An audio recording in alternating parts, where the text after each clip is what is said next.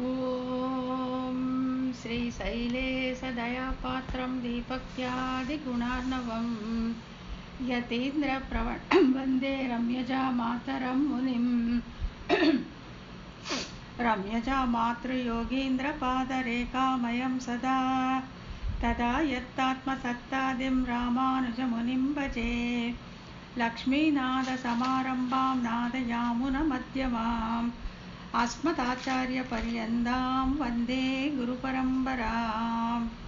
यो नित्यमच्युतपदाम्बुजयुग्मरुक्म व्यामोहदस्तदितराणि तृणाय मेने अस्मद्गुरोर्भगवतोऽस्य दयैकसिन्धो रामानुजस्य चरणौ शरणं प्रपद्ये। माता पिता युवतयस्तनयादिविभूतिः सर्वं यदेव नियमेन मतन्वयानाम् आद्यस्नः कुलपतेर्वगुलाभिरामं श्रीमत्ततङ्घ्रियुगलं प्रणमामि मूर्ध्ना। भूतं सहश्च महदाह्वयभट्टनाद श्रीभक्तिसारकुलशेखरयोगिवाहान् भक्ताङ्घ्रिरेणुपरकालयतीन्द्रमिश्रान् श्रीमत्पराङ्कुशमुनिं प्रणतोऽस्मि नित्यम्। श्रीमद्यतीन्द्रवरयोगिपदाब्जभृङ्गं श्रीवानशैलमुनिवर्यदयैकपात्रं विख्यातवेदशिखरोभयतत्त्वबोधं रामानुजं कलिजितं मुनिमाश्रयामः। பணவாள் அரவணைப்பள்ளி பயில்பவர்க்கு எவ்வுயிரும் குணபோகம் என்று குறுகை அதிபன் உரைத்ததுய்ய உணர் பாவின் உட்பொருள் ஒன்றும் அறியா உலகறிய மணவாளன் மாறன் மனமுரைத்தான் வன்முடும்பை வந்தே. அனைவருக்கும் வணக்கம். போன வகுப்பில் நம்ம ஒரு முக்கியமான ஒரு 2 சூத்திரங்கள் பார்த்தோம். அது என்ன அப்படின்னாக்கா, எப்படி இந்த சிருஷ்டியின் துவக்கத்திலே எம்பெருமான் ஸ்ரீமன் நாராயணன் தன்னுடைய முதல் பிள்ளையான நான்முகனுக்கு வேதத்தை உபதேசித்தான். அந்த நான்முகன் தன்னுடைய முதல் பிள்ளையான ருத்ரனுக்கும் மற்றவர்களுக்கும் அந்த வேதத்தை உபதேசித்தான். அதே போலவே அந்த கல்பத்தின் தொடக்கத்திலே எம்பெருமான் ஸ்ரீமன் நாராயணன் நம்மாழ்வாருக்கு திருவாய்மொழியை உபதேசிக்க அவர் அதை தன்னுடைய சிஷ்யர்களான மதுரகவி போல்வாருக்கு உபதேசித்தார். அதுதான் சுருக்கம், நம்ம போன கிளாஸில் பார்த்ததோட சுருக்கம். அப்புறம் இன்னொன்று என்ன அப்படின்னு சொன்னாக்கா, இப்போ நம்மாழ்வார் அருளி செய்த இந்த 4 திவ்ய பிரபந்தங்களிலே, அதாவது திருவிருத்தம், திருவாசிரியம், திருவாய்மொழி, பெரிய திருவந்தாதி, இதில் எதுக்கு சமானம் அப்படின்னு பார்த்தோம். இப்போ அதில் பார்த்தப்போ இயற்பா மூன்றும் அப்படின்னாக்கா இந்த திருவாசிரியமும் திருவிருத்தமும் பெரிய திருவந்தாதி, இது 3 4000 திவ்ய பிரபந்தத்தில் இயற்பா என்னும் பகுதியிலே இருப்பதாலே இது 3 மற்ற அதர்வண வேதங்களுடைய ஸ்தானத்திலே கொள்ளப்படும். ஆனால் திருவாய்மொழி சாம வேதத்தின் ஸ்தானத்திலே கொள்ளப்படும் அப்படிங்கிறத பார்த்தோம். அப்புறம் இன்னொன்று என்ன பார்த்தோம் அப்படின்னா, இந்த ரிக்வேதமானது அந்த இசையோடு கூடும்போது சாமவேதமாக விரிவடையும். அதே போல ரிக்வேதத்திற்கு இணையான இந்த திருவிருத்தமும் 100 பாசுரங்களும் அது திருவாய்மொழியாக இசையோடு சேரும்போது திருவாய்மொழி 1102 பாசுரமாக விரிவடையும் அப்படின்னு பார்த்தோம். எப்படி ரிக்வேதம் சாமவேதமாக ஸ்தோபத்தால் பரம்புமா போலே அந்த இசையோடு சேரும்போது அது சாமவேதமாக விரிவடைகிறதோ, அதே போல இந்த திருவிருத்தம் என்கிற 100 பாசுரங்கள் இசையோடு கூடும்போது திருவாய்மொழி என்கிற 1000 பாசுரங்களாக விரிவடையும் அப்படின்னு பார்த்தோம். இன்னைக்கு நம்ம பார்க்க போகிறது 52வது சூத்திரம். இது கொஞ்சம் கஷ்டம், நிதானமாக பார்க்கலாம். இந்த ஒரு சூத்திரத்துக்கு இன்னைக்கு டைம் சரியாக இருக்கும் அப்படின்னு நான் நினைக்கிறேன். இப்போ என்ன சொல்கிறாங்கன்னா, இந்த சூத்திரம் ஃபஸ்ட்டு வாசிக்கிறேன். சாம வேதமானது பல வகைப்பட்டிருக்கும், நிறைய இருக்குது. பிருகத் சாமம் என்னென்னோ இருக்குது, தனித்தனியான பல வகைப்பட்ட சாம வேதம் உண்டு. திருவாய்மொழி அவற்றுள் எந்த சாமத்தோடு ஒக்கும் என்கிற வினாவிற்கு அது சாந்தோக்கிய சாமத்தின் உபநிடத பாகமான சாந்தோக்கியத்தோடு ஒக்கும் என்பது இச்சூத்திரத்தில் விளக்கப்படுகிறது. சரி, சாமவேதம் திருவாய்மொழி, சாமவேதம் திருவாய்மொழின்னு பல சான்றுகளை காமிச்சிட்டிங்க. சாமவேதம் பல வகைப்பட்டிருக்குமே, அதில் எந்த சாமத்தோடு இந்த திருவாய்மொழி ஒக்கும் அப்படின்னு கேட்கும்போது, சாமவேதத்தின் உபநிட பகுதியான அந்த உபனிஷத்தோட சாந்தோக்கிய உபனிஷத்தோடு ஒக்கும் அப்படிங்கிறது இந்த சூத்திரத்தில் காமிச்சு தரப்போகிறாங்க. இப்போ சூத்திரம் வாசிக்கிறேன். சூத்திரம் கொஞ்சம் ரொம்பவே காம்ப்ளிகேட்டடாக இருக்கும். ஆனால் நம்ம பிரித்து பார்த்துக்கலாம். சாந்தோகன் என்று சாமான்யமாகாமல் முதலிலே பிரித்து யாழ்பயில் கான ஸ்வரூபியை பாலையாகி என்று விசேஷிக்கையாலே வேதகீத சாமி நான் என்கிற சாமம் தோன்ற உத்கீத பிரணவத்தை பிரதமத்திலே மாறாடி சரமகதி முடிவாக தொண்டர்க்கு அமுது என்ன தேவான்னமாக்கி மகாகோஷ நல்வேத ஒலி போலே மகாத்தியனம் என்னப்படுகையாலே இத்தை சாந்தோக்கிய சமம் என்பார்கள். சாரி, இதுதான் இப்படி ரொம்ப அதை காம்ப்ளிகேட் பண்ணி அப்படிதான் கொண்டாட முடியாது. சாந்தோக்கிய உபநிஷத்துக்கு சமம் அப்படின்னு திருவாய்மொழி சொல்லணும்னா என்னெல்லாம் இருக்கு, அதில் என்னெல்லாம் இன்ட்ரிகசிஸ் இருக்கு அப்படிங்கிறது இந்த சூத்திரத்துல வச்சிருக்காரு நாயனார். இதை நம்ம பிரிச்சுக்கணும். இந்த சூத்திரத்தில் பிரமாணங்களோடு விவரிக்கப்படும் விஷயங்கள் என்னென்ன, ஃபர்ஸ்ட் அதை தெரிஞ்சுக்கலாம். இப்போ இருக்கு இந்த 52வது சூத்திரம் இப்படி இருக்கு. சாந்தோகன் அப்படின்னு தொடங்கி இருக்கு. இதுல என்னதான் சொல்றாங்க, என்னென்ன விஷயம்தான் நாயனார் சொல்ல வரார் அப்படிங்கிறத முதல்ல நம்ம பார்த்துக்கணும். முதல்ல வேதங்களுள் சாம வேதமே சிறந்தது, அதுதான் முதல் பாயிண்ட் இந்த சூத்திரத்துல சொல்ல வராங்க. ரெண்டாவது, அந்த சாம வேதத்தின் அதன் உபநிடத பாகமான சாந்தோக்கியம் சிறந்தது. வேதங்கள் சிறந்தது சாமவேதம், அந்த சாமவேதத்திலே சிறந்தது அதனுடைய உபனிஷத் பாகமான சாந்தோக்கிய உபனிஷத் சிறந்தது. அந்த சாந்தோக்கிய உபநிடதமே திருவாய்மொழியாக அவதரித்தது அப்படின்னு சொல்லி வேதம் தமிழ் செய்த மாறன், வேதம் தமிழ் செய்த மாறன், அந்த வேதமே திருவாய்மொழி ஆயிற்றுன்னு சொல்றோமே, எந்த வேதம் எந்த இடத்துல எதுதான் உங்களுக்கு திருவாய்மொழியாக ஆயிற்று அப்படிங்கிறத பிரமாணங்களோடு இந்த சூத்திரத்துல நிரூபிக்கிறார் நாயனார். ஆகையில் இதில் என்னென்ன பார்க்க போறோம், வேதங்களில் சாமவேதமே சிறந்தது. 4 வேதங்கள் இருந்த போதிலும் சாமவேதமே சிறந்தது. அந்த சாமவேதத்திலே அதனுடைய உபனிஷத் பாகமான சாந்தோக்கியம் சிறந்தது. அந்த சாந்தோக்கிய உபனிஷத்தை தான் திருவாய்மொழியாக ஆயிற்று அப்படிங்கிறத பிரமாணங்களோடு நம்ம பார்க்க போறோம். இந்த சூத்திரத்தில் வேதகீத சாமி நான் என்கிற சாமம் என்பது முடிய வேதங்களுள் சாமவேதம் சிறந்தது என்பதும் அதனுள் சாந்தோக்கியம் சிறந்தது என்பதும் கூறப்படும். அந்த வரைக்கும் என்ன அர்த்தம், என்ன அதுல தெரிவிக்கப்பட்டதுன்னு சொல்றாரு. வேத கீத சாமி நான், இதுல வேதாங்கிறது ஒரு திவ்ய பிரபந்தத்திலேருந்து, கீத சாமிங்கிறது ஒரு திவ்ய பிரபந்தத்திலேருந்து, நானுங்கிறது பகவத்கீதையிலேருந்து எடுத்திருக்காரு நாயனார். பெருமாள் தன்னையே நானே சாமவேதம் சொல்வதையும் இங்க எடுத்திருக்கார். அப்போ என்ன சொல்றேன்னா, வேதகீத சாமி நான் என்கிற சாமம் என்பது முடிய அந்த சொற்றொடர் வரைக்கும் என்னன்னாக்கா வேதங்களுள் சாம வேதம் சிறந்தது அப்படிங்கிறத காட்டி கொடுக்க போறது. அதற்கு மேல் சாமம் தோன்ற என்பது முதல் பாடுகையாலே என்பது முடிய அந்த சாந்தோக்கிய உபநிடமே திருவாய்மொழியாக அவதரித்தது என்று கூறப்படுகிறது. இப்ப வேதங்களில் சிறந்தது சாமவேதம் அப்படிங்கிறத சில சொற்றொடர்களால் காட்டிவிட்டு அந்த சாமவேதத்தின் உபனிஷத் பகுதியாக சாந்தோக்கியமே தான் திருவாய்மொழி ஆயிற்று அப்படின்னு அதுக்கு மேல காட்ட போறாங்க. இதை கொஞ்சம் கொஞ்சமா பார்த்துக்கலாம். எந்த இடத்துல ஒரு ஐயம் ஏற்பட்டாலும் குறிச்சு வச்சுட்டு பின்னால கேட்டாலும் சரி, இல்லை அப்பவே நிக்க வச்சு கேட்டாலும் சரி. ஏன்னா இதுதான் முக்கியமான ஒரு பிரமாணம். அதாவது இந்த சாந்தோக்கியமே, அதுவும் சாந்தோக்கியத்திலே இருக்கக்கூடிய அந்த உத்கீதம் பகுதி தான் திருவாய்மொழி ஆயிற்று அப்படின்ட்டு இந்த சூத்திரத்துல நாம பார்க்க போறோம்.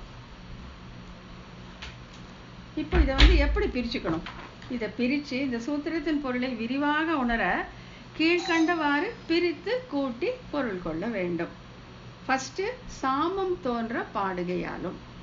ரெண்டாவது, உத்கீத பிரணவத்தை பிரதமத்திலே மாறாடி பாடுகையாலும், சரமகதி முடிவாக பாடுகையாலும், தொண்டர்க்கு அமுது என்ன தேவான்னமாக்கி பாடுகையாலும், மகாகோஷ நல்வேத ஒலி போலே மகாத்தியனம் என்று பாடுகையாலும்.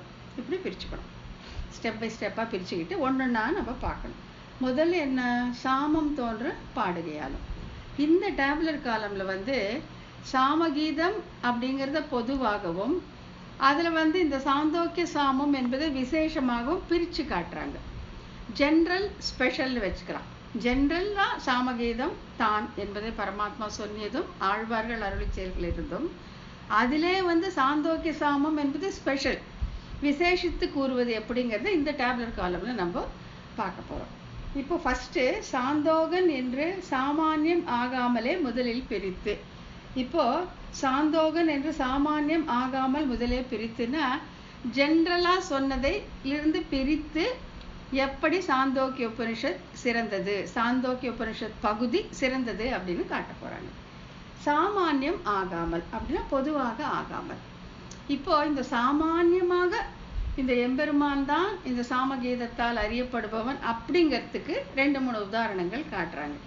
ஒன்று என்னன்னா, சாமவேத கீதநாய சக்கரபாணி அல்லையே, சாமகீத வேதநாய சக்கரபாணி அல்லையே அப்படின்ட்டு திருச்சந்த விருத்திரத்துல பாடியிருக்கார். யாரு? திருமழிசை பிரான். சாமவேத கீதநாய சக்கரபாணி அல்லையே அப்படின்னு பெருமாளை நீ சாமவேத கீதமே நீதான், சக்கரபாணி நீதான் அப்படின்னு சொல்லியிருக்காரு. பெரிய திருமொழியில் என்ன சொல்லியிருக்காருன்னாக்கா, திருமங்கையாழ்வார் திசைமுகனார் தங்கள் அப்பன் சாமி அப்பன். திசைமுகனார் தங்கள் அப்பன். திசைமுகனார் யாரு? நான்முக பிரம்மா. அவருடைய அப்பா அவர் யாருன்னா சாமி அப்பன் அப்படின்னு சொல்றார். அப்புறம் சாந்தோக்கியம் என்று முதலிலே பிரித்து, இப்போ இதுக்கும் மேல ஸ்ரீ கிருஷ்ணன் பகவத்கீதையில சொன்ன ஒரு ஸ்லோகத்தையே இங்க சொல்றாங்க. என்னன்னா, வேதங்களில் நான் சாமம் ஆகிறேன் அப்படின்னு சொல்லிட்டு, சாம வேதோ அஸ்மி அப்படின்ட்டு பகவத்கீதை 10:22 கீதையில அவர் சொல்லியிருக்கார்.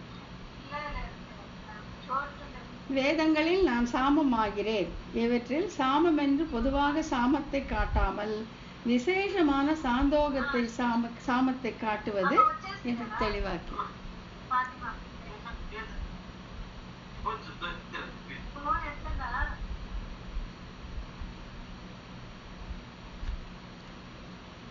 చెప్తున్నామా? ஒரு மாట్లాడుతోండండి. வேதங்களில் சாமம் நான் ஆகிறேன் என்று இவற்றில் சாமம் என்பது பொதுவாக சாமத்தை காட்டாமல் விசேஷமாக சாந்தோக்கிய சாமத்தை காட்டுவது, இதை தெளிவாக்குவது. இப்ப இந்த 3 இடத்திலும் சாமவேத கீதநாய சக்கரபாணி அல்லையே அப்படின்னு சாமவேதமாக அவனை சொல்லியிருந்தாலும், திசைமுகனார் அப்பன் சாமி அப்பன் என்று சொன்னதிலும், எம்பெருமான் தானே பகவத்கீதையில் நான் சாமகீதம் என்று சொல்லியதும் பொதுவாக சாமவேதத்தை குறிக்காமல் சாந்தோக்கியத்தை குறிக்கும் அப்படிங்கிறதுக்கு எடுத்துக்காட்டாக என்னத்தை காட்டுறாங்கன்னா, திருமங்கை ஆழ்வாருடைய பாசுரத்தை காட்டுறாங்க. சாந்தோகன் பௌழியன் ஐந்தழல் ஓம்பும் தைத்திரியன் சாமவேதி அப்படின்ட்டு பெரிய திருமொழி 5:5-9 திருமங்கை ஆழ்வார் காட்டி கொடுத்திருக்கார். எப்படின்னா, சாந்தோகன் பௌழியன் ஐந்தழல் ஓம்பும் தைத்திரியன் சாமவேதின்ட்டு இந்த பல வேதங்களோட பேரை சொல்லி என்ன சொல்ல, இதில் சாந்தோகன் என்று முதலில் பிரித்து விட்டு சாமவேதி என்று பின்னர் கூறப்பட்டது. இப்போ 2ஆ பிரிச்சு காட்டுறதுனால இதுல என்ன தெரியுது உங்களுக்கு? சாந்தோகம் வேறு, அந்த சாந்தோக சாமம் வேறு, மற்ற சாமவேதம் வேறு அப்படின்னு பிரித்து காட்டியிருக்கார். இங்க பிரித்து காட்டியிருப்பதால இதை வச்சு இப்ப நம்ம முன்னால பார்த்தோம் இல்லையா, திருச்சந்த விருத்தம், பெரிய திருமொழி, பகவத்கீதை 3லும் சாமவேத கீதன் என்று சொல்லப்பட்டது சாந்தோக்கிய சாமவேத கீதன் என்று எடுத்துக்கொள்ள வேண்டும் அப்படின்னு இங்க பிரிச்சு காட்டுறாங்க. பொதுவாக சொல்லப்பட்டிருந்தாலும் இது பிரித்து சாமவேதத்தில் உள்ள அந்த சாந்தோக்கிய உபனிஷத்தான் அப்படின்னு சொல்லப்பட்டிருக்கு அப்படிங்கிறதுக்கு முக்கியமான பிரமாணமாக இந்த திருமங்கை ஆழ்வாருடைய இந்த பாசுரத்தை எடுக்கிறாங்க. சாந்தோகன் பௌழியன் ஐந்தழல் ஓம்பும் தைத்திரியன் சாமவேதி. ஸோ முதல் என்ன வருது? சாந்தோகன்னு சொல்றாரு. யாரு? ஸ்ரீமன் நாராயணன். சாமவேதின்னு யாரை சொல்றாங்க? ஸ்ரீமன் நாராயணனை சொல்றாங்க. இப்போ சப்போசிங் பொதுவான சாமவேதி மட்டும்தான் முன்னால சொல்லப்பட்டதுன்னா இங்க சாந்தோகன் அப்படின்னு பிரித்து காட்டுவதற்கு அவசியம் இல்லை இல்லையா? சப்போசிங் சாமகீதன் மட்டும்தான், சாமவேத கீதன் மட்டும்தான் அப்படின்னு இருந்தாக்கா இங்க சாந்தோகன் அப்படின்னு இன்னொரு வாட்டி பிரிச்சு ஏன் காட்டுறாங்க? ஆகையால இந்த சாந்தோக சாமம் வேறு, மற்ற சாமம் வேறு என்று காட்டு எம்பெருமான் இங்கே அந்த சாந்தோக சாமத்தோடு ஒப்பிடப்பட்டான் அப்படிங்கிறத இதை கொண்டு நிர்ணயம் பண்றாங்க. ஒன்று ஆயிடுச்சு. ஆயிடுச்சுங்களா? இப்போ அடுத்தது வந்து இசையை வச்சு வித்தியாசம் பண்ணுறாங்க. அந்த சாமகீதம் பாடப்பட்ட அந்த இசையை கொண்டு இங்கே வந்து அந்த சாமவேதன் என்று சொல்லப்படுவது சாந்தோக்கிய சாமம் தான், அதுக்கு ஒத்தவன் தான் பரமாத்மா அப்படிங்கிறதுக்கு முதல்ல வந்து திருமங்கை ஆழ்வாருடைய பாசுரத்தை காமிச்சிட்டாங்க. இப்போ வந்து இசை அந்த பண்ணை பற்றி சொல்ல போகிறாங்க. என்னென்னா, யாழ் பயில் கான ஸ்வரூபியை பாலையாகி என்று விசேஷிக்கையாலே.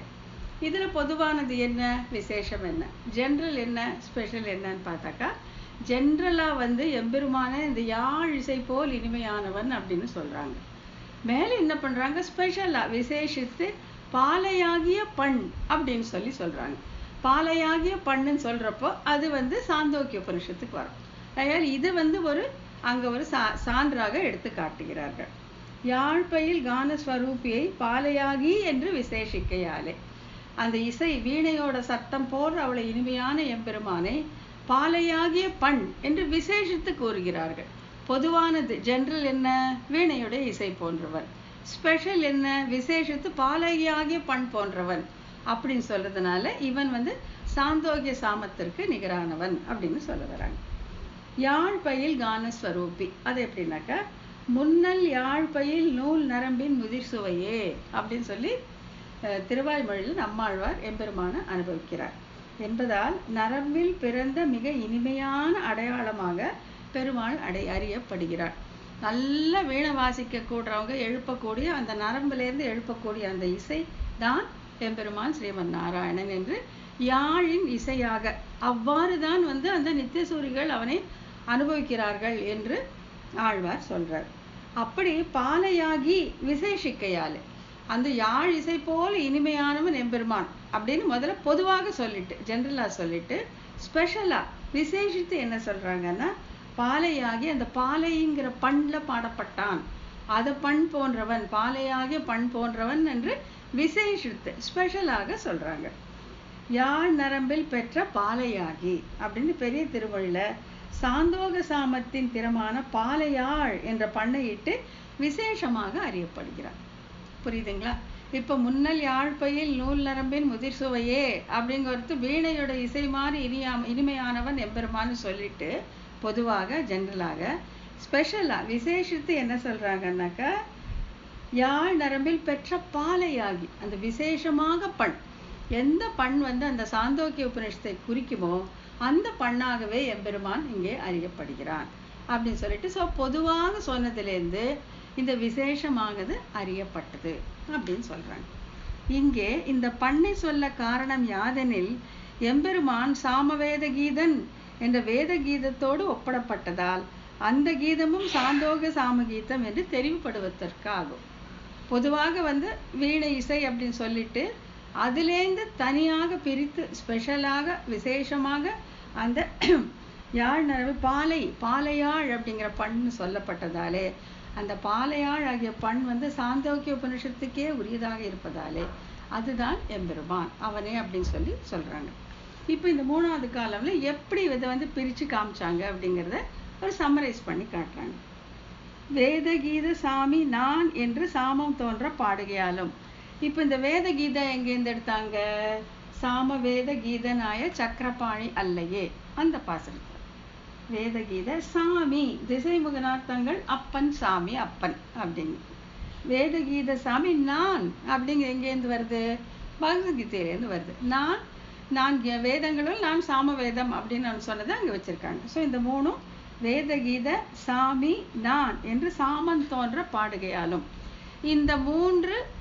இந்த மூன்று சான்றுகளால தான் சாமவேதம் அப்படிங்கிறது எம்பெருமான் சொன்னாலும், சாந்தோகன் என்று முதலில் பிரித்ததாலும், சாந்தோகன் முதல்ல பிரித்தது யாரு, திருமங்கை ஆழ்வார் இல்லையா? இந்த பாசுரத்துல பார்த்தோம்ல, சாந்தோகன் பௌழியன் ஐந்தழல் ஓம்பும் தைத்திரியன் சாமவேதின்ட்டு சாந்தோகன் தனியா சாமவேத தனியா பிரித்து காட்டப்பட்டதாலும், பாலையாகி என்று விசேஷித்ததாலும், இது பார்த்தா இல்லையா, முதல்ல வீணையோட இசையாக இருந்தாலும் இவன் பாலையாக பண்ணுக்கு ஒத்தவன் என்று பிரித்து காட்டினபடியாலும் பஸ்வதிகரண நியாயத்தாலே, இதுதான் இங்க வந்து அவங்க எக்ஸாம்பிளா எடுக்கிறாங்க.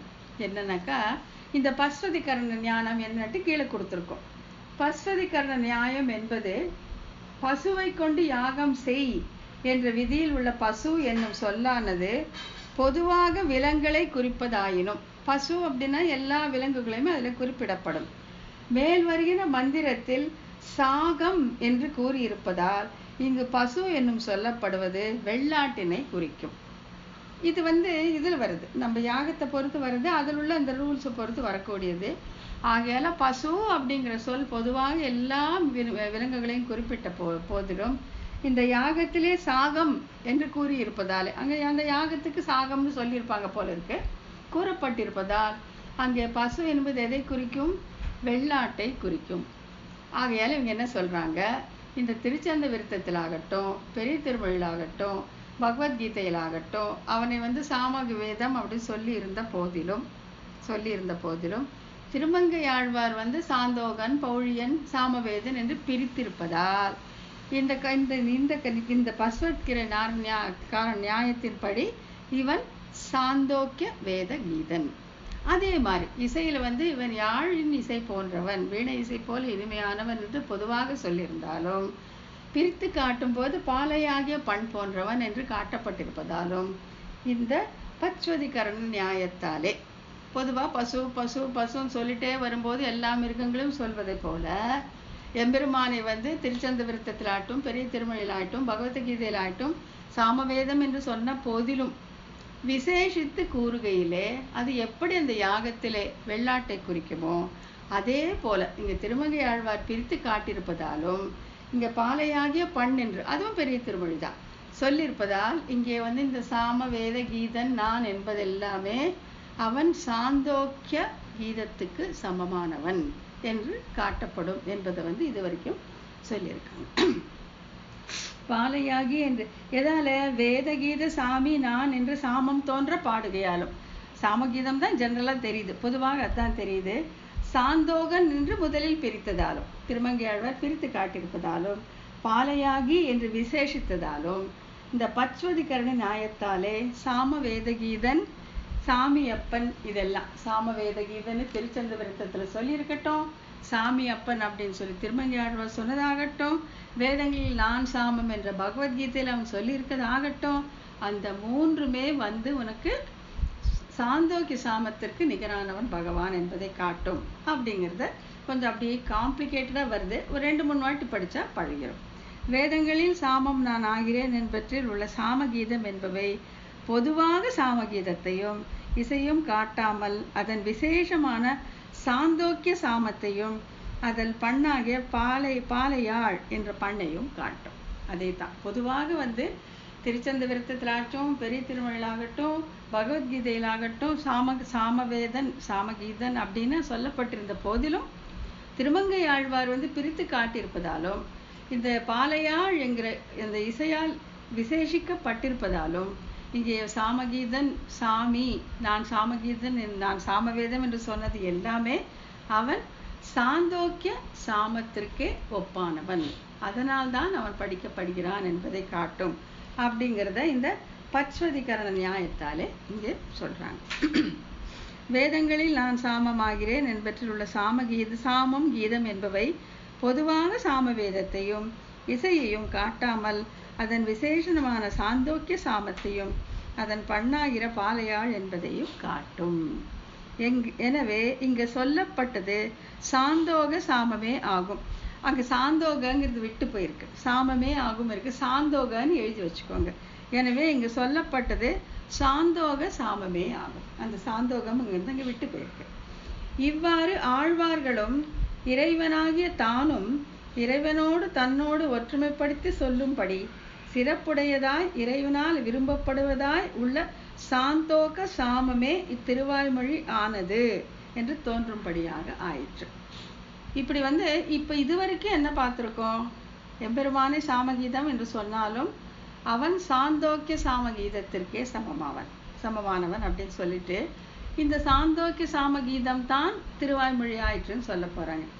இதுக்கு எவிடன்ஸ் வேணாமா? இதுக்கு பிரமாணம் வேணும் இல்லையா? சரி, இது வரைக்கும் இந்த விரிவா பார்த்ததுல எம்பெருமான் தன்னை சாமகீதன் சாமவேதன் என்று சொல்லியிருந்த போதிலும் அவன் சாந்தோக்கிய சமமானவன் அப்படின்னு சொல்லியாச்சு. அதை வந்து என்ன சொல்றாங்க, ஆழ்வார்களும் சொன்னார் தானும் சொன்னான் அப்படின்னு சொல்றாங்க. ஆழ்வார்கள் சொன்னதுக்கு நம்ம வந்து இப்போ திருச்சந்த விருத்தத்திலேருந்து பார்த்தோம், பெரிய திருமொழியிலேருந்து பார்த்தோம். தானே சொன்னதுக்கு பகவத்கீதையிலேருந்து பார்த்தோம். இந்த மாதிரி அவன் பொதுவாக சாமக வேதம் என்று சொல்லியிருந்தாலும் விசேஷித்து பார்க்கையிலே அது வந்து சாந்தோக்கிய சாமம் தான். எந்த எம்பெருமான் அந்த சாந்தோக்கிய சாமத்தால் கூடப்படுகிறானோ அந்த சாந்தோக்கிய சாமம் தான் திருவாய்மொழி ஆயிற்று அப்படின்னு சொல்றாங்க. இப்போ இது எப்படி, இதுக்கு நமக்கு பிரமாணம் வேணும் இல்லையா? இந்த சாந்தோக்கிய சாமம் தான் திருவாய்மொழி ஆயிற்று அப்படிங்கிறதுக்கு இன்னும் அடுத்த செக்ஷனுக்கு போறோம். இதே சூத்திரத்துல அடுத்த பகுதிக்கு நம்ம போனோம்.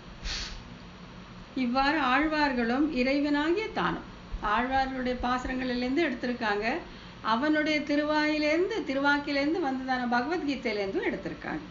தானும் இறைவனாகிய தன்னோடு ஒற்றுமைப்படுத்தி சொல்லும்படியான சிறப்பு உடையதாய் இறைவனால் விரும்பப்படுவதாய் உள்ள சாந்தோக சாமமே. அவன் அதனால் அறியப்படுகிறான், அவன் அதை விரும்புகிறான். சாந்தோக்கிய சாமத்தை அவனுக்கு ரொம்ப பிடிக்கும். அதுதான் திருவாய்மொழி ஆயிற்று அப்படின்னு சொல்ல போறாங்க அடுத்த பகுதியில். இது ரொம்ப கேர்ஃபுல்லாக கவனிச்சுக்கோங்க. கவனிச்சிட்டிங்கன்னா தான் நல்ல இன்ட்ரெஸ்டிங்காக இருக்கும். கொஞ்சம் கேர்ஃபுல்லாக கவனிச்சுக்கோங்க. உத்கீத பிரணவத்தை பிரதமத்தில் மாறாடி பாடுகையாலும், உத்கீத பிரணவத்தை பிரதமத்திலே மாறாடி பாடுகையாலும், உத்கீத பிரணவம் ஒன்று, பிரதமத்திலேன்னு முதல் அடியில மாறாடி பாடுகையாலும், மாறி பாடியிருக்கார் ஆழ்வார். எப்படிங்கிறத நம்ம நிதானமா மெதுவா பார்த்துக்கலாம். உத்கீத பிரணவம் அப்படின்னா ஒரு சாமத்திற்கு 5 பாகங்கள். ஒரு சாமம், அந்த சாமவேதத்தின் ஒரு பகுதின்னு எடுத்துட்டீங்கன்னா அதுக்கு வந்து 5 பாகங்கள். என்னன்னா பிரஸ்தாவம், உத்கீதம், பிரதிகாரம், உபத்ரவம், நிதானம் அப்படின்ட்டு 5 பாகம் இருக்குமா ஒவ்வொரு சாமவேதத்தினுடைய பகுதிக்கு. இவற்றில் சாமத்திற்கு உத்கீதம் சுவையாக இருப்பது என்கிற பிரமாணத்துக்கு ஏற்ப சுவையாக இருப்பது உத்கீதம்.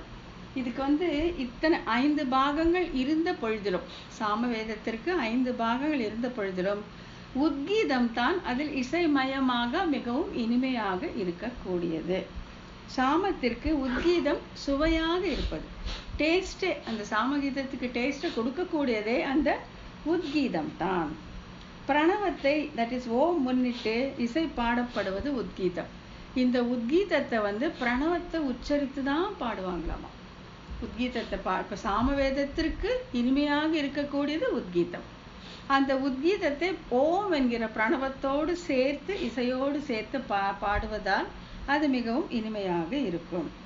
உத்கீதத்தின் உறுப்பாக இருப்பது பிரணவமாகிய ஓம் என்பது. எப்பவுமே அந்த உத்கீதத்தை பாட துவங்கும் போது ஓம் என்கிற அந்த பிரணவத்தை சொல்லிவிட்டு தான் அவர்கள் துவங்குவார்கள். எனவே சாந்தோக்கிய உபனிஷத் உத்கீதம் என்ற பாகத்திற்கு உறுப்பான ஓம் என்ற இந்த எழுத்தினை தியானம் செய்ய கடவன் என்று எடுத்த எடுப்பிலேயே உபதேசிக்கப்படுகிறது. நீ உத்கீதத்தை நீ சொல்ல அத்தியனம் பண்ண போறியா இல்லை என்ன பண்ண போறியோ, பிரணவத்தை சொல்லிவிட்டு தான் நீ இதை செய்ய வேண்டும் அப்படின்னு விதிக்கப்பட்டிருக்கு. அதுக்கான பிரமாணங்கள் சாம்ன உத்கீதோ ரசகா என்பது சாந்தோக்கியம். அந்த சாமவேதத்தின் ரசமாக இருக்கக்கூடியது எது? உத்கீதம்.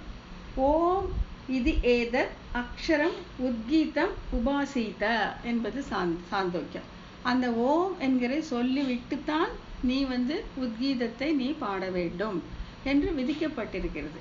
ஆகையால இந்த ஓம் என்கிற பிரணவம் உத்கீதத்தின் ஒரு பகுதி அப்படின்னு சொல்லியிருக்கிறாங்க. சாந்தோக்கிய உபநிஷத்தின் உத்கீதம் என்ற பாகத்திற்கு உறுப்பான ஓம் என்ற இந்த எழுத்தினை தியானம் செய்ய கடவன் என்று எடுத்த எடுப்பிலேயே உபதேசிக்கப்படுகிறது. பிரணவத்தை உச்சரிக்காமல் நீங்கள் உத்கீதத்தை பாடக்கூடாது, பாட மாட்டீர்கள். அது அதோடைய பார்ட் ஆஃப் இட், அதோட சேர்ந்ததே அப்படின்னு சொல்றாங்க. இப்ப இதை அடிப்படையாக வச்சுதான் உத்கீதம் தான் திருவாய்மொழி ஆயிற்று அப்படிங்கிறத அடுத்த காலம்ல சொல்ல போறாங்க. எப்படின்னாக்கா பிரதமத்திலே மாறாடி பாடுகையாலும், பிரதமமாகிய முதல் திருவாய்மொழி பாசுரம் இதில் பிரணவத்தை ஓம் என்று மாறாடி வைத்த விதம். இப்போ நம்ம திருவாய்மொழியில முதல் பாசுரம், முதல் 10 1 பார்த்தீங்கன்னா உயர்வர உயர்நலம் உடையவன் எவன் அவன் அப்படின்னு ஆரம்பிக்கும். அதுதான் முதல் பாசுரம், முதல் வரி. அதுல வந்து இவர் வந்து இப்ப உத்கீதத்தை தான் இவர் வந்து திருவாய்மொழியா பாடியிருக்கார். ஆனா நம்மாழ்வாருடைய மனம் என்ன அப்படின்னு சொன்னாக்கா ரெண்டு. ஒண்ணு வந்து பிரணவத்தை உச்சரிக்க எல்லாருக்கும் தகுதி இல்லை என்பது ஒரு நியதி. ஆகையாலே நான் பிரணவத்தை அப்படியே ஓம் என்று ஒரு அக்ஷரமாக வைத்து நான் பாடினால் சிலருக்கு இதில் அதிகாரம் இல்லாமல் போகுமே என்கிற அந்த கருணையோடு பிரணவத்தை பிரித்து விட்டார். பிரித்து விட்டு ஆ ஊ மா அப்படின்னு பிரிச்சுட்டார். பிரிச்சுட்டு இது உத்கீதத்தில் இருந்துதான் தோன்றியது என்பதை காட்டுவதற்காக இப்ப பிரணவத்தில் ஆ உ மா என்றிருப்பதை மாறாடி வைத்தார். அந்த எழுத்துக்களை மாறாடி வைத்து தன்னுடைய திருவாய்மொழியை அவர் துவங்கி விட்டார் அப்படின்னு சொல்ல வராங்க. அது எப்படின்னு பார்க்கலாம். பிரதமமாகிய முதல் திருவாய்மொழி பாசுரம். இதில் பிரணவத்தை ஓமை மாறாடி வைத்த இடம், மாறாடி வைத்த விதம். நம்மாழ்வார் எப்படிதான் இந்த உத்கீதத்தில் உள்ள இந்த பிரணவத்தை மாற்றி வைத்தார், எப்படி மாற்றி வைத்தார் அப்படிங்கிறத நம்ம பார்க்க போறோம்.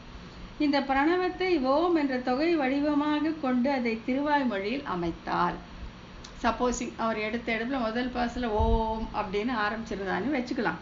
வச்சிருந்தால் திருவாய்மொழி ஒரு சிலருக்கே தக்கதாகிவிடும். ஏன்னா அந்த மாதிரி இருக்கு. அதாவது பிரணவத்தை வந்து உச்சரிக்க கூடாது, சில பேருக்கு தான் அதிகாரம்னு இருக்கு, ஒரு இது இருக்கு, பிரமாணம் இருக்கு. அதனால வந்து அந்த மாதிரி இப்ப நாமும் வந்து இந்த திருவாய்மொழியை பிரணவத்தை ஓம் என்றே வைத்து நாம் பாடுவோமாகில் சில பேருக்கு இதில் அதிகாரம் இல்லாமல் போய்விடுமே என்ற அந்த கருணை திருவள்ளத்தோடு நம்மாழ்வார் பிரணவத்தை தொகை வடிவமாக கொள்ளாமல், ஓம் என்று தொகை வடிவமாக கொள்ளாமல் ஆ உ மா என்று எழுத்துக்களை கொண்டு தன் திருவாய்மொழி பாசுரத்தில் பயன்படுத்தியுள்ளார். ஸோ முதல்ல மாறாடின விதை என்ன? பிரணவத்தை ஓம் என்று ஒரு தொகையாக கொள்ளாமல் எழுத்துக்களாக பிரித்து அதை பயன்படுத்தினார். இதற்கு காரணம் என்ன அப்படின்னு பார்த்தா, பிரணவத்தை உச்சரிக்க சிலருக்கு அதிகாரம் இல்லாமல் போனால் அவர்களால் திருவாய்மொழியை வாசிக்க முடியாதே என்று திருவுள்ளம் பற்றி இவ்வாறு செய்தார். சரி, இப்ப பிரிச்சுட்டார், ஆ ஓமானு பிரிச்சுட்டார். இப்போ நம்மாழ்வார்க்கிறேன் இது உத்கீதத்தின் சாரம்தான், உத்கீதமே தான் திருவாய்மொழி என்று காட்டுவதற்கு ஏற்ப தன்னுடைய பாசுரங்களை அமைத்தார். எப்படின்னா, பிரணவத்தில் உள்ள எழுத்துக்களை மாறாடி வைத்த விதம் எப்படி வச்சிருக்காருன்னு இப்ப பாசுரம் திருவாய்மொழியில 1:1 என்னன்னா, உயர்வர உயர்நலம் உடையவன் எவனவன், மயர்வர மதிநலம் அருளினன் எவனவன், அயர்வரும் அமரர்கள் அதிபதி எவனவன், துயரது சுடரடி தொழுதெழன் மனனே. இப்போ இந்த ஃபர்ஸ்ட் லெட்டர்ஸ் எல்லாம் பாருங்க. ஃபர்ஸ்ட் என்ன வருது? உ. செகண்ட் என்ன வருது? மா. மூணாவது என்ன வருது? ஆ. கடைசியில வருது து, இல்லைங்களா? சோ பிரணவத்தில் உள்ள எழுத்துக்களை மாறாடி வைத்து விட்டார்.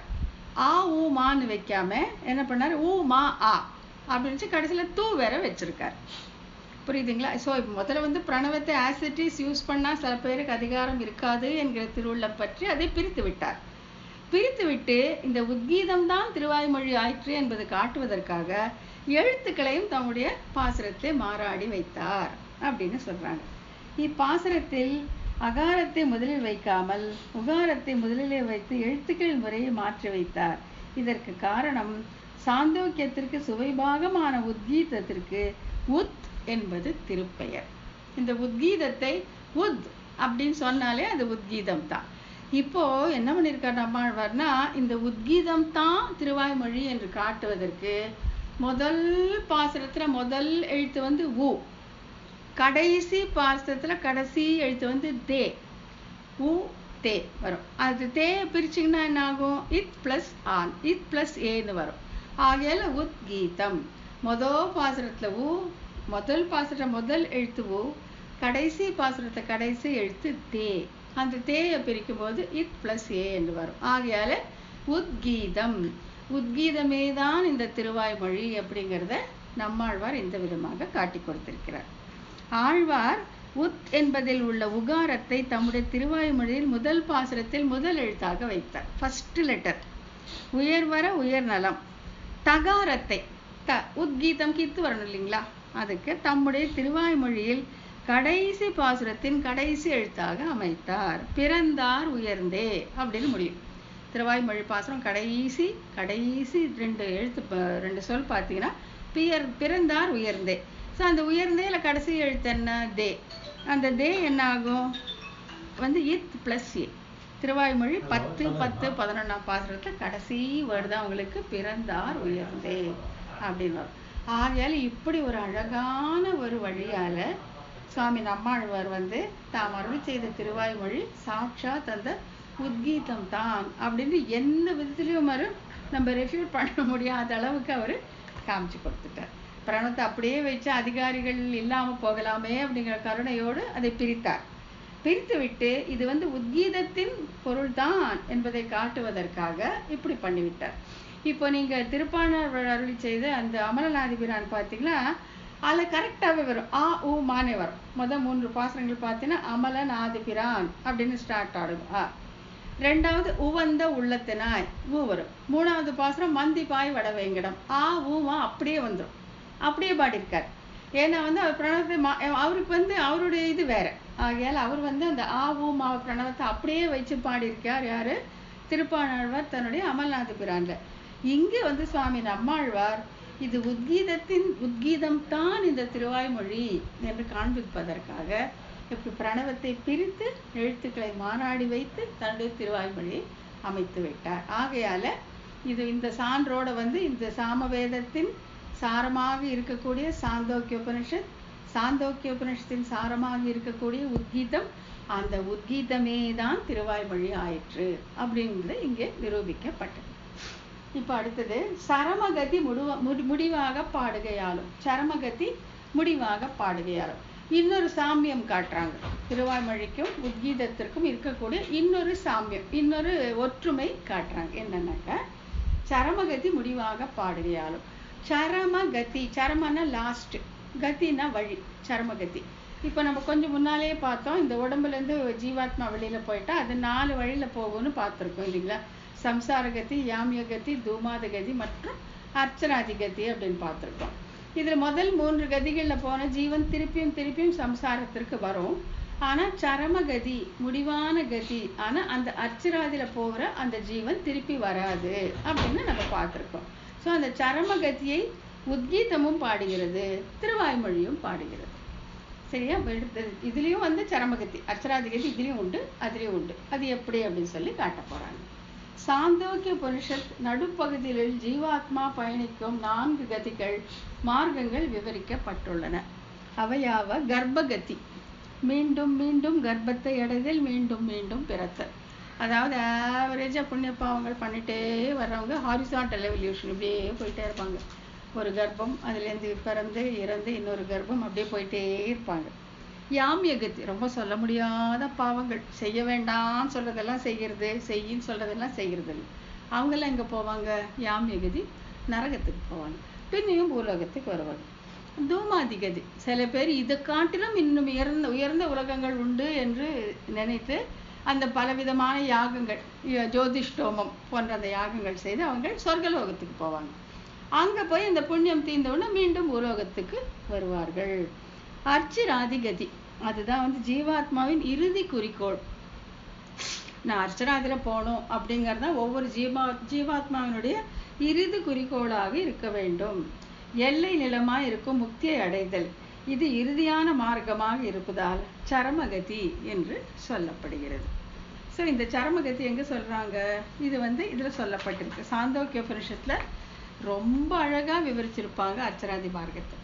அந்த ஜீவன் எப்படி வந்து இந்த உடல்லேருந்து வெளியே போய் எப்படி எம்பெருமானுடைய துணையோடு அந்த எந்தெந்த வழியில் போகிறான், எப்படி போய் சேராங்கிறது அழகாக விவரிக்கப்பட்டிருக்கும் அந்த அர்ச்சராதிகதி. ரொம்பவே நல்லாயிருக்கும். அப்படியே கண்ணு முன்னால் கொண்டாந்து நிறுத்துவாங்க. அது வந்து இந்த சாந்தோக்கிய உபனிஷத்தில் சொல்லப்பட்டிருக்கு, இந்த உத்கீதத்தில் சொல்லப்பட்டிருக்கு. முடிவாக பாடுகையாலும், இதில் வந்து சரமகத்தியான அர்ச்சராதிகதியை முடிவு நெறியை ஆழ்வார் தமிழர் திருவாய்மொழியிலே சூழ் விசும்பு அணிமுகில், திருவாய்மொழி 10:9:1 எனும் திருவாய்மொழியில் முடிவாக அருளி செய்துள்ளார். லாஸ்ட்ல வச்சிருக்காரு. இப்போ இதில் வந்து சாந்தோக்கிய உபனிஷத்தில் நடுப்பகுதியில் வச்சிருக்காங்க. சாந்தோக்கிய உபனிஷத்தில் நடுப்பகுதியில் இந்த 4 மார்க்கங்கள் சொல்லப்பட்டன. இங்கே இதில் வந்து நம்மாழ்வார் வந்து அந்த கடைசியில் சூழ் விசும் அணிமுகில் அப்படின்ட்டு 10:10 9ஆம் திருவழியில் முதல் பாசுரத்துலேருந்து ஆரம்பித்து அவர் அழகாக அந்த அர்ச்சராதி மார்க்கத்தை ரொம்ப அழகாக அவரும் விவரிச்சிருக்கார். எப்படி இந்த உபனிஷத்தில் இருக்கோ அதே மாதிரி சுவாமி நம்மாழ்வாரும் அந்த சூழ் விசும் பழிமுகில் என்று தொடங்கப்படுகிற அந்த 10 பாசுரங்களை ரொம்ப அழகாகவே வர்ணிச்சிருக்கிறார். எங்கே போவாங்க, யார் யார் வருவாங்க, இவன் எப்படி போவான், அவர் எப்படி எதிர்கொள்வார்கள், அவங்க கால் விளக்கி அவருக்கு ஆர்த்தி காட்டி அவங்களுக்கு புதுவிதமான உடைகள் நகைகள் கொடுத்து அவங்க அழைச்சிட்டு போகிறது ரொம்ப அழகாக அவர் காமிச்சு கொடுத்துருப்பார். ஸோ அது ஒரு எவிடன்ஸ் ஆயிடுச்சு. முதல்ல வந்து பிரணவத்தை பிரித்து அந்த எழுத்துக்களை மாறாடி வைத்தது ஒன்று, இரண்டாவது இந்த சரமகத்தி பாடியிருப்பது இரண்டாவது, மூணாவது பிரமாணம் உத்கீதமும் திருவாய்மொழியும் ஒன்று என்பதற்கு மூணாவது பிரமாணம் என்னன்னா, தொண்டர்க்கும் அமுது என்று தேவான்னமாக்கி பாடுகையாலும். ருசி, அதை பாடுறப்பே அந்த அனுபவம் அந்த ருசி இருக்கணும், அது ரெண்டுக்குமே உண்டு அப்படின்னு சொல்றாங்க. எப்படின்னா தேவான்னமாக்கி பாடுகையாலும். சாமகானம் இசைத்தான் அப்படின்னு சொல்றதுல அவ்வளோ இனிமையான சாமகானம். அந்த சாமத்தை கானம் செய்து கொண்டிருக்கிறான் என்கிற பிரமாணத்தின்படி பகவானை அனுபவிப்பதால் ஏற்படும் பெருமகிழ்ச்சிக்கு போக்கு வீடாக ஹாவு ஹாவு என்று நித்தியரும் முத்தரும் சாமகானம் இசைக்கிறார்கள். ஏதத் சாமகாயன் நாஸ்தே அப்படின்ட்டு தைத்திரிய உபனிஷத்துல அவர்கள் அப்படி தங்களுடைய சந்தோஷத்திற்கு ஆனந்தத்திற்கு மகிழ்ச்சிக்கு போக்கு வீடாக அவர்கள் ஹாவு ஹாவு என்று அந்த சாமகானத்தை இசைத்து கொண்டிருப்பார்கள் அப்படின்ட்டு அது. அப்புறம் நான் பரமாத்மாவாகிற இனிய பொருளை அனுபவிக்கிறவன் என்னும் பிரமாணத்திற்கு ஏற்ப நித்தியரும் முக்தருமான தேவர்களுக்கு இனிதாக இருப்பது சாமகானம். சாமகானத்தை பாடிதான் அவங்க வந்து அங்கே வைகுண்டத்தில் அனுபவித்துக் கொண்டு இருப்பார்கள். அகமன்னாதக அகமன்னாதக அகமன்னாதக என்று தைத்திரிய உபனிஷத்தில் அந்த நித்திய முக்தரோட அனுபவம் சொல்லப்பட்டிருக்கு. ஆகையால இப்ப எத்தனையோ வேதங்கள் எத்தனையோ இருக்கும்போது அந்த சாமகானத்தை பாடிக்கொண்டு இருக்கிறார்கள் அப்படின்னு சொல்லும்போது அதனுடைய இனிமை தெரிவிக்கப்படுகிறது. இந்த பக்கம் இப்படி திருவாய்மொழிக்கு அதே இனிமை உண்டா அப்படின்னா, தொண்டர்க்கு அமுது என்று பாடுகிறார். தொண்டர்க்கு வந்து இது அமுது போன்றது. நம்மாழ்வார் தானே சொல்லிக்கிறார், இது நான் பாடுற இந்த பாசுரங்கள் வந்து தொண்டர்க்கு அமுது போன்றது அப்படின்னு சொல்றார்.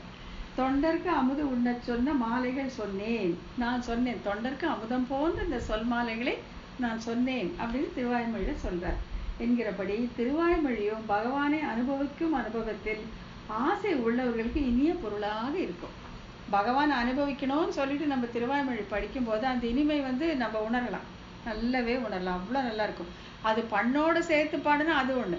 ஈவன் சாதாரணமாக நம்ம அது படிக்கும் போது கூட அந்த ஆழ்வாரோட மனோபாவத்தை அது அவர் எம்பெருமான அனுபவிச்ச அந்த விதத்தை பார்க்கும்போது நமக்கு ரொம்பவே சந்தோஷமாக இருக்கும்.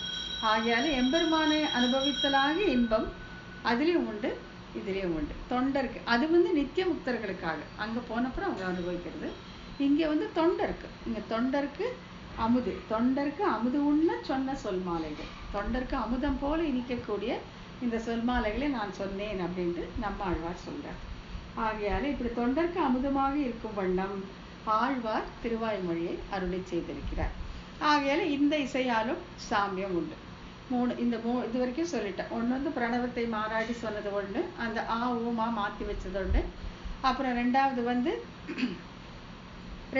அந்த அர்ச்சராதிகத்தியை விவரிக்கிறது. மூணாவது வந்து இசையோடு கூடி இனிமையாக அனுபவம் இருப்பது. இது மூணு சொல்லிட்டாங்க. அடுத்தது என்னன்னா ஓசை, மிகுந்த ஓசை. மற்ற எல்லா ஓசைகளையும் காட்டிலும் சாமவேதத்தை பாடும்போது ஓசை ரொம்ப அதிகமாக இருக்குமா. அந்த திருமாமணி மண்டபமே அதிருமா. அங்க ஸ்ரீவைகுந்தத்தில் இருக்கக்கூடிய அந்த திருமாமணி மண்டபம் அப்படியே அதிரும் அளவுக்கு இருக்குமா அந்த சாமகானம், அந்த கோஷ்டியுடைய அந்த சப்தம். அதே மாதிரி இந்த திருவாய்மொழியை பார்த்தீங்கன்னாக்கா இந்த ஸ்ரீரங்கத்துல பகல் 10 ராப்பத்து அப்படின்னு நடக்கும். பகல் 10 வந்து அர்ஜுன மண்டபத்தில் நடக்கும், கிளி மண்டபம் பக்கத்துல இருக்க அந்த அர்ஜுன மண்டபத்துல. ராப்பத்து திருவாய்மொழி திருநாள் எங்க நடக்கும்னா ஆயிரங்கால் மண்டபத்தில் நடக்கும். பெரிய கூட்டமாக பெரிய கோஷ்டியாக நடக்கும். ஆகிய அந்த வித்திலும் ரெண்டுமே ஒற்றுமை அப்படின்னு சொல்றாங்க. மகாகோஷ நல்வேத ஒலி போலே மகாத்யனம் எனப்படுகையாலும் அப்படின்னு சொல்றாங்க. ஸோ இந்த பக்கம் மகாகோஷ நல்வேத ஒலி போலே இங்க வந்து சாமகானத்தை பத்தி சொல்றாங்க, உதீதத்தை பத்தி சொல்றாங்க. எல்லா வேதங்களை காட்டிலும் சாமவேதத்தின் ஒலியானது பெரியதாக ஆயிற்று. அந்த சாமவேதத்தின் ஒலியாலே பிரம்மாண்டமாகிய மண்டபமானது மிகவும் எதிரொலி செய்தது அப்படின்னு அந்த சவுண்ட்ல அப்படியே அதிர்ச்சான் அந்த மண்டபம். பாடும் நல்வேத ஒலி என்று ஓதும்படி மிகப்பெரிய ஒலியை உடையது சாமவேதம். அதுக்கான அந்த இதுவே அதுல சாமவேதத்துல நீங்க உத்கீதம் வந்து அந்த இசையோடு சேர்ந்ததுன்னு பார்த்தோம். அப்ப அதை எல்லாரும் சேர்ந்து பாடும்போது அங்கே அந்த பெரிய அதிர்வு உண்டாயிற்று அப்படின்னு சொல்றாங்க. இந்த பக்கம் மகா அத்தியனம் எனப்படுகையாலும் திருவாய்மொழியும் பெரிய திருவத்தியனம் என்று கொண்டாடப்படுகிறது. அத்தியன உற்சவம் அப்படின்னா எல்லாமே திருவாய்மொழி அந்த ராப்பத்து மட்டும் பெரிய அத்தியனம் என்று கொண்டாடப்படுகிறது. திருவரங்கத்தில் மார்கழி மாதத்தில் நடக்கும் திருவத்தியன உற்சவத்தில் முதலாயிரமும் பெரிய திருமொழியும் சேவிக்கப்படுகிற பகற்பத்து திருநாளை சிறிய திருவத்தியனம் என்றும், திருவாய்மொழி சேவிக்கப்படும் ராப்பத்து திருநாளை பெரிய திருவத்தியனம் என்றும் கூறுவார்கள். அதேதான், அந்த பகல் பத்து மற்றது பெரிய திருமொழியும் முதலாயிரம் சேவிக்கிறது, பகல் பத்து அது சிறிய அத்தியனம். ஆயிரங்கால் மண்டபத்தில் ராப்பத்து திருவாய்மொழி சேவிக்கப்படுவது பெரிய அத்தியனம். ஸோ அந்த விதத்திலுமே ரெண்டுத்துக்குமே ஒற்றுமை உண்டு.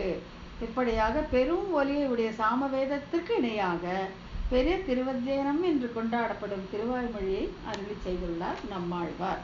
ஆகையால் இதுவே சாமகீதத்தில் உள்ள அந்த சாந்தோக்கியத்தில் உள்ள அந்த உத்கீதம் என்னும் பகுதியே தான் திருவாய்மொழி ஆயிற்று அப்படின்னு இங்கே நமக்கு காத்து கொடுத்துருக்காங்க. இத்தை சாந்தோக்கிய சமம் என்பார்கள். இத்தனை காரணத்தினால இது சாந்தோக்கிய சமம் என்று சொல்லுவார்கள். ஆகவே மேலே கூறிய தன்மைகளை கொண்டு திருவாய்மொழியை சாந்தோக சாமத்தில் உபநிடத பாகமான சாந்தோக்கியத்திற்கு ஒப்பு என்று பெரியோர்கள் சொல்லுவார். இந்த பலவிதமான இந்த காரணங்களை காட்டி, இந்த சான்றுகளை காட்டி, சாமவேதத்தில் உள்ள சாந்தோக்கிய உபனிஷத், சாந்தோக்கிய உபனிஷத்துல உத்கீத பகுதி அதுதான் திருவாய்மொழியாக ஆயிற்று அப்படி என்று சான்றோர்கள் நமக்கு காட்டி கொடுத்திருக்கிறார்கள் அப்படின்ட்டு இந்த இதுல சொல்லியிருக்காங்க. சர்வேபியோ பிஹி வேதேபியக சாமகோஷோ மகானபூத். ரொம்ப சத்தம். அன்மகோஷய கத்யார்த்தம் தேன பிரம்மாண்ட மண்டபம் என்பது பிரமாணம். அந்த சாமகீதம் பாடும்போது அந்த பிரம்மாண்டமான மண்டபமே அதிர்ந்தது அப்படின்ட்டு. அதே போல இங்கேயும் இது மகா அத்தியனம் எனப்படுகிறது திருவாய்மொழி, மற்றது அப்படி இல்லை அப்படின்னு சொல்லி இந்த ஒற்றுமைகளாலே இது அந்த சாமியம் காட்டப்பட்டது. அதாவது சாமகானத்தின் சாரமாக இருப்பது திருவாய்மொழி. அந்த சாமகானத்தில் எந்த சாமகானம் எத்தனையோ இருக்கு அப்படின்னு பார்த்தா சாந்தோக்கியம், உபனிஷத் பகுதியான சாந்தோக்கியம். அந்த உபனிஷத் பகுதியிலே சாரமாக இருக்கக்கூடிய அந்த உத்கீதம் அதுதான் எம்பெருமான் ஸ்ரீமன் நாராயணனை அப்படியே பிரதிபலிக்கக்கூடிய பகுதி உத்கீதம். அது நம்ம அடுத்த சூத்திரத்தை நம்ம பார்ப்போம். அந்த உத்கீதத்தையே தான் சுவாமி நம்மாழ்வார் திருவாய்மொழியாக ஆக்கி நமக்கு கொடுத்தார் அப்படிங்கிறத இந்த சூத்திரத்துல நம்ம பார்த்தோம். இது கொஞ்சம் குழப்பமா இருக்கும், பட் ஒரு 2-3 முறை படிச்சுட்டிங்கனாக்கா நல்லா புரிஞ்சு போய்டும் நினைக்கிறேன். இன்னைக்கு இந்த ஒரு சூத்திரத்தோட நிற்க வச்சுக்கலாம், ஏன்னா அடுத்தது ரொம்ப பெருசு. அது நம்ம அடுத்த கிளாஸ்ல பார்த்துக்கலாம். இப்போ இது வரைக்கும் ஏதாச்சும்